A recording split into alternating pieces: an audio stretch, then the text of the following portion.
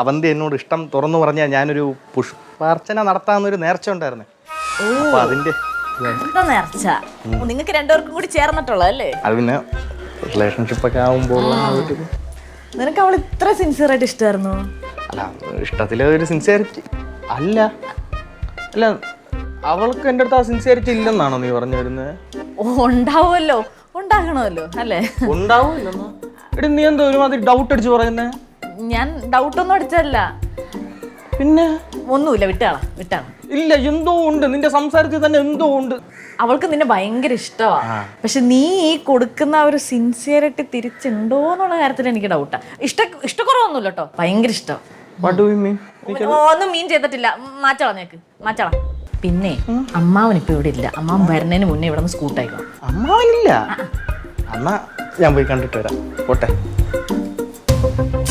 എന്റെ കാര്യം എന്ത് കഷ്ടവും ഒന്നും മനസ്സിൽ വെക്കാൻ പറ്റില്ല.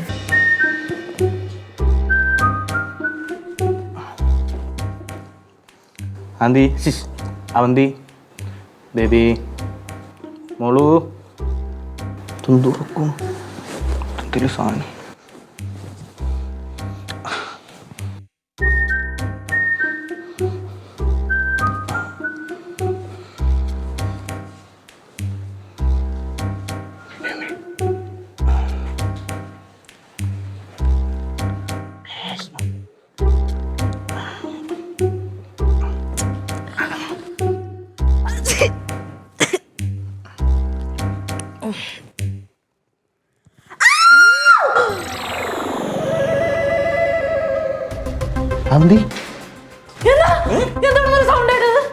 അല്ല, അവളൊന്ന് തുമ്മിയതാ.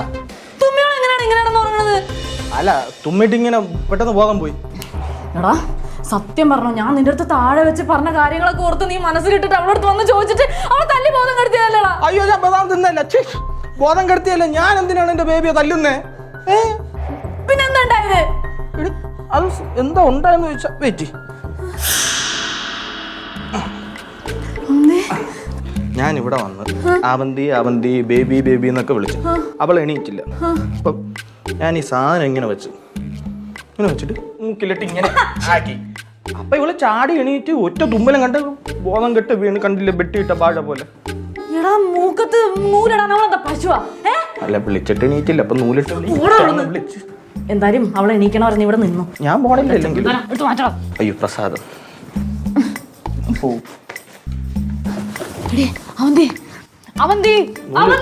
നൂല് വേണോ? അവന്തി എണീക്കടി.